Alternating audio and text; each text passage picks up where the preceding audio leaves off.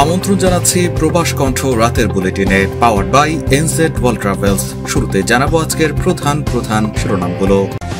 প্রবাসীদের উদ্দেশ্যে জরুরি বিজ্ঞপ্তি দিল মালয়েশিয়ার immigration.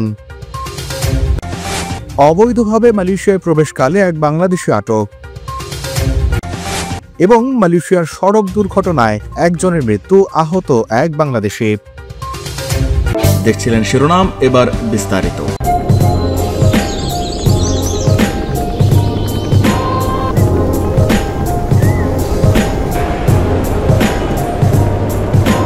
Fly with Jettrip, myjettrip.com।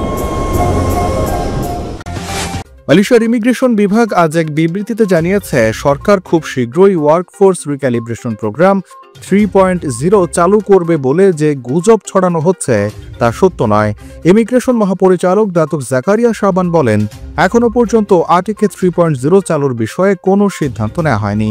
তিনি বলেন, জনসাধারণকে পরামর্শ দেওয়া হচ্ছে যেন কেউ আরটিকে প্রোগ্রামের নাম ব্যবহার করে কোনো অসৎ উদ্দেশ্যে ছড়ানো গুজবে বিভ্রান্ত না হয়। জাকারিয়া আরও বলেন, সঠিক এবং হালনাগাদ তথ্যের জন্য জনসাধারণকে ইমিগ্রেশনের অফিসিয়াল পোর্টাল এবং সোশ্যাল মিডিয়া অ্যাকাউন্টগুলো অনুসরণ করার আহ্বান জানানো হয়েছে।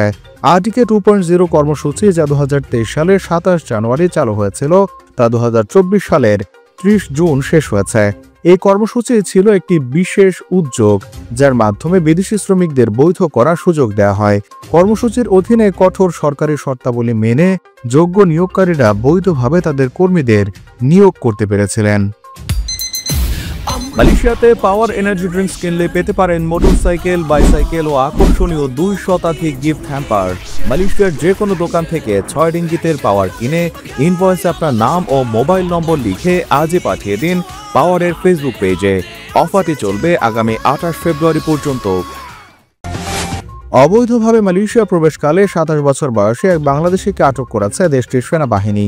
শুক্রবার রাত 10টার দিকে ওই বাংলাদেশিকে আটক করে দেশটির সেনাবাহিনী। মালয়েশিয়া সেনাবাহিনীর 2য় পদাতিক ডিভিশন জানিয়েছে, মালয়েশিয়া থাইল্যান্ড সীমান্তের কেলান্তান রাজ্যের সুঙ্গাই গোলক নদীর তীর অতিক্রম করে মালয়েশিয়ায় প্রবেশের চেষ্টা করছিলেন এক যুবক। এ সময় তাকে আটক করা হয়। সেনাবাহিনীর পক্ষ থেকে আরও জানানো হয়, প্রথমে মালয়েশিয়ার সুঙ্গাই গোলক নদীর তীরে 3 সন্দেহভাজন ব্যক্তিকে শনাক্ত করা হয়। এর মধ্যে 2 জন নদী পার হয়ে থাইল্যান্ডের দিকে পালিয়ে যায়। অপরজনকে আটক করতে সমর্থ হয় মালয়েশিয়ার বাহিনী। এ সময় তার কাছ থেকে একটি passport, tourist visa, mobile phone, bag, Bangladeshi ও মালয়েশিয়ার বেশ কিছু মুদ্রা উদ্ধার করা হয়। তাকে বাংলাদেশি বলে জানানো হয়েছে, তবে তার নাম পরিচয় প্রকাশ করা হয়নি।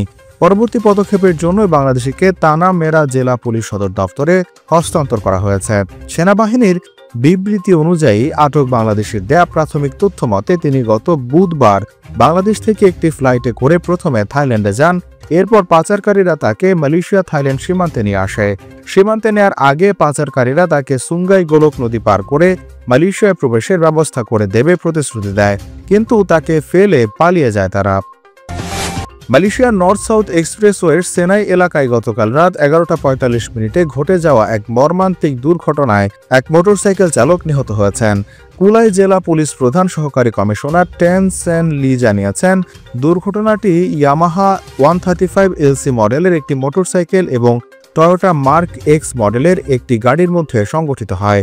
প্রাথমিক তদন্তে জানা গেছে, 26 বছর বয়সী এক বাংলাদেশি নাগরিক গাড়ি চালানোর সময় নিয়ন্ত্রণ হারিয়ে মহাসড়কের বাঁ পাশের রেলিংয়ে আঘাত করেন। ঠিক সে সময় পেছন থেকে আসা 21 বছর বয়সী এক যুবক মোটরসাইকেল চালিয়ে তার গাড়ির পেছনে ধাক্কা দেয়।